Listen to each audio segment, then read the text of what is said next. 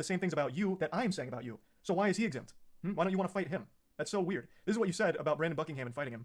And then finally, when Brandon Buckingham is down to meet Sneeko, he's there to box him. They're both similar sizes. Sneeko would now rather just sit at home and tell jokes behind his computer. I'd rather sit at home and yell at a camera, tell jokes than, risk my manhood falling flat for Brandon Buckingham, if I lose a fight. So now it's suddenly cool to just stay at home and keep it all online. The full video here from Willie Mack is an absolute masterpiece on laying out every pathetic thing that Sneeko has ever done, said, or everything ever. So I highly recommend checking it out. I'll put a link to it in the description. It's a banger.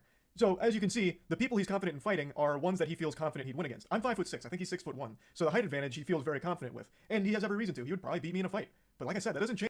Are ones that he feels confident he'd win against. I'm 5'6", I think he's 6'1", so the height advantage he feels very confident he'd win against. I'm 5'6", I think he's 6'1", so the height advantage he feels very confident with, and he has every reason to. He would probably beat me in a fight. But like I said, that doesn't change anything. Everything I've said is still true. You are a cuck, self-admitted, and you have defended cuties publicly, which, by more than just me, by many, is considered child porn.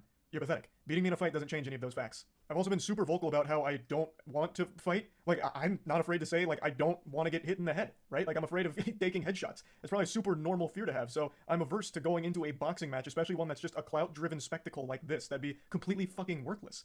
And I've been super open about that, which I'm sure you know since you keep saying that you've watched my content, so you probably know that I was never going to accept a fight in the first place. Especially since you're, like, significantly taller than me, right? Like, it wouldn't make any sense. And even though you would probably beat me in a fight, you're certainly not beating me in, like, an aesthetic physique competition, because goddamn, I blow your ass out of the water. Look at this fucking anime character physique I'm rocking. Meanwhile, you're over here with that Abercrombie and Fitch from 1998. Now, in Sneeko's credit, he did start going to the gym recently. Maybe I inspired him, and you know what? That's great. I'm glad I can have a positive impact on your life like that, Sneeko. Getting into the gym is a fantastic thing, and you're gonna feel so much better. And I know you'll start seeing results soon as long as you keep at it. And then finally, our last exchange goes very similarly to the others. You're not special from the other 10 soy boys who say the same thing. If you got a problem, stop talking on the internet. Let's solve it. So I said, got your Discord still working on responses? Brother, I have no problem. You started it and I made fun of you in return. You're upset about publicly admitting to cuckoldry and get mad at me for bringing it up. You should be mad at yourself instead. Have some self-reflection. Which it's true, I don't have a problem. You literally started it, Sneeko, and you even asked your audience to let me know everything you said and send me your clips. You actually asked for a response, and then got super upset when my response was a little too mean to your feelings. How is that not the ultimate cuckoldry? Like, even more so than your girl getting clapped by 1,000 men. How? Like, how can you, with a straight face, still call other people soy boys? I'm not kidding, I really didn't want to keep talking about you, but you won't stop talking and crying about me. It's sad. I understand you have a humiliation fetish, so hopefully this whole thing has helped you orgasm one more time from all of it. I don't think it's fun dunking on you, Sneeko. I don't. And I'm certainly not canceling you. But you keep doing this. So you forced my hand to make fun of you again. But anyway, that's about it. See ya. A few months ago, the biggest cheating scandal in the history of Minecraft speedrunning came to light. In this video, we're going to look back at the extent of the cheating, how the player was caught, and maybe most importantly, why he did it. When you think of cheating in Minecraft speedrunning, odds are the first person that comes to mind is Dream. He's definitely the highest profile cheater in the game's history, as his cult of personality brought in people from all over the internet, both for and against him, as one of the bigger mistakes in his career was slowly brought to light and proven. Maybe you also think of players like Drem, who didn't become popular from cheating, but were so bad at it that millions of people gathered to point and laugh at their attempt to trick us. If you're a fan of our channel, maybe you think of Big Tony or Floby. But the most successful cheating scandal that's been uncovered in the game's history, the cheater who had gained the most respect both for and against him, as one of the bigger mistakes in his career was slowly brought to light and proven. Maybe you also think of players like Drem, who didn't become popular from cheating, but were so bad at it that millions of people gathered to point and laugh at their attempt to trick us. If you're a fan of our channel, maybe you think of Big Tony or Floby. But the most successful cheating scandal that's been uncovered in the game's history, the cheater who had gained the most respect and trust, and who had even helped the community in meaningful ways over the years, is none of these people. In fact, if you hadn't already heard about it, he's probably one of the last people you'd expect to be a cheater. The player who set several records in the game, was a moderator of the official leaderboard, and was the very first person to notice Dream's increased luck and accuse him of cheating was himself a cheater. Person to notice Dream's increased luck and accuse him of cheating was himself a cheater. This is the story of the most successful cheating plot in the history of Minecraft speedrunning. This is the story of Minecraft.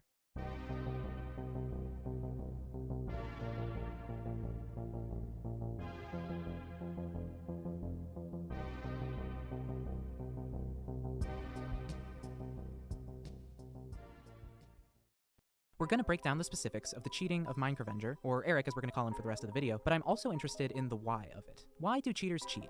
For attention, for accolades, for money, or are they just trying to create a feeling of accomplishment and self-worth, however shallow it might be? Whatever the reason happens to be, cheaters have existed in almost every competitive setting in human history. There's a good chance you've cheated, or tried to, at something in your life. Cheating isn't even always a terrible thing. You never want to be cheated personally, but say someone who needs to feed their family profits off of a casino that's raking in cash all night. Is that such a bad thing? Of course, when it comes to Minecraft speedrunning, cheating doesn't benefit anyone except the cheater. Because of its popularity, Minecraft has dealt with more than its fair share of cheaters over the years, and in that time, we've learned a lot about who cheaters are. The stereotypical image of a cheater is someone who sort of comes out of nowhere, shoots up the leaderboard, and gets a world record way faster than you would expect a new player to. But the most successful cheaters that we know of have come in a different form. Players who have played the game genuinely for a while, gained trust and respect in the community, and even have trust and respect of their own for others in the community, but decide that the prospect of a world record is just too much to pass up.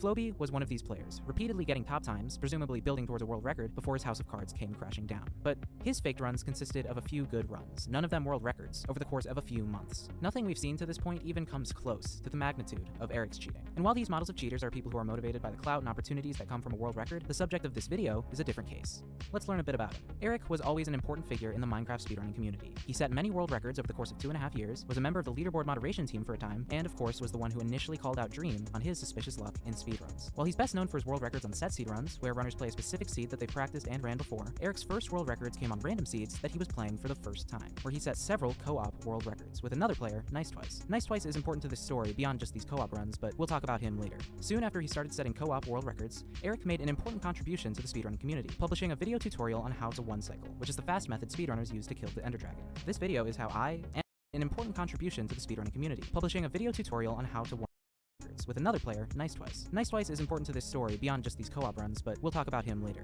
Soon after he started setting co-op world records, Eric made an important contribution to the speedrunning community, publishing a video tutorial on how to one cycle, which is the fast method speedrunners use to kill the Ender Dragon. This video is how I, and plenty of speedrunners who are actually good at the game, first learned to one cycle. So it's not like this guy was necessarily just in it for personal gain.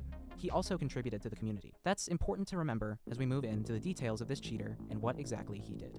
As we touched on earlier, something that set Eric apart among speedrunners, cheating aside, was how much experience he had in all facets of the game. By the time he was exposed, he'd had some success in pretty much every major version and category of Minecraft, from the obscure to the popular, even getting world records on duos and trios runs. However, the first domino which would send his speedrun empire toppling fell during a run in perhaps the most classic of categories. Set seed glitchless is where speedrunners take a seed they're already familiar with, one that's optimized to get you to the end as fast as possible, and then attempt it over and over again until they get a time they're satisfied with. It's Minecraft speedrunning in its purest form, with RNG minimalized and raw skill and mechanics being most important. Even random seed runners are known to play set seed from time to time as a way to hone their skills away from the unpredictability of randomly generated worlds. That said, Minecraft is an inherently random game, and even on a set seed, not every variable can be controlled. At least, not legally. In September of 2022, Eric decided to stream some 1.15 set seed runs using the optimal seed at the time, which spawns the player in a taiga village. On this seed, you take obsidian from the village chests to build two portals, one to enter the nether and one to exit the nether into the stronghold. Now, despite the fact that the world itself is unchanged every time you play, the chests are in the same locations and so forth, the chest loot can vary, which is where the element of randomness we were talking about comes in. In order to get enough obsidian to build two nether portals, there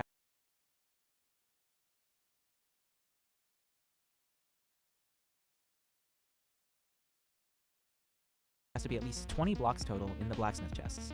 Obsidian has a 25% chance of generating at all, so there are only going to be about 1.46 obsidian per chest on average. If there's enough obsidian to build a portal, it's a really efficient way to travel to the stronghold, but as you can imagine, runners usually lose a lot of time resetting due to suboptimal loot. Eric had no such problem during his 37-minute VOD. He found, well, a lot of obsidian, and was getting pretty consistent nether entries to the point where even Nice Twice commented on how abnormal it was. You have another entry? Yeah. Clearly, he was getting very good loot, and reviewing the footage made it clear just how good that loot was. Over the course of the 37 minutes, Eric opened 290 total blacksmith chests and found a whopping 769 obsidian, about 2.65 obsidian per chest compared to the expected 1.46. An increase of about 1 obsidian per chest might not seem too crazy, but over such a large sample size, it's more than just pretty lucky. It's 1 in almost 28 billion lucky. Reasonably, at this point a lot of people started to assume something was up, but as many a YouTube commenter or Twitch chatter will tell you, you can, in fact, get lucky. 117 billion humans have lived over the history of our planet. Obviously, someone was going to come across some godly blacksmith loot sooner or later. That person wasn't Eric, though, because before long, Strat developer Matthew Bolin came out with some pretty damning evidence. There are over 281 trillion different ways that the items in blacksmith chests can be arranged in Minecraft, and Bolin used software to go through every single one of these combinations. As it turned out, 2 of the chests Eric had opened on the recording didn't match with any of these combinations. The items were arranged in a way that is literally impossible for vanilla Minecraft, taking us from near certainty to proof positive that he had cheated by modifying chest loot. This was a shocking revelation, to say the least, for the Minecraft speedrun community, given Eric's years of experience and prominent position on the mod team, all of his built-up credibility being washed away in the blink of an eye. The question at this point was just how deep the deception went, and as soon as the cheating news broke, a lot of eyes went back to one run in particular. For that, we'll have to go back to October of 2020, when something happened that nobody at the time really knew how to explain. Eric was playing some SSG runs on the 1.16 Dolphin Seed, where runners grab obsidian from a village blacksmith, swim across a body of water to a ruined portal, and then travel to the end via the Nether. After managing some quick Nether entries and mastering the route to the stronghold, Eric gets to the end and the dragon perches fast. Like, really fast. At first glance, it didn't seem to make sense, but some theorized that there was a possibility such a fast perch could have been caused by a rare glitch. This, plus the fact that we just didn't know as much about the inner workings of the game as we do now, meant that nobody was too suspicious.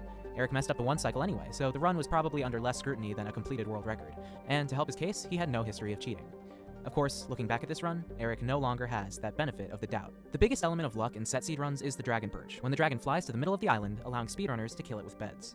The amount of time this takes is mostly out of the runner's control, and world record contenders and set seed glitchless need some of the fastest dragon perches that are possible in the game. Basically, the way perching works is that the dragon pathfinds through the end using a series of invisible nodes above the ground. Once the dragon gets within a 30-block radius of a node, it can continue on to the next one in its path. Once the path reaches the center of the end, the dragon can perch at the exit portal. The fastest perches you'll see come when the dragon takes a 2-node long path, and that's what it seemed to do in Eric's run. But on closer inspection, the perch was faster than should be possible given what we know about the game.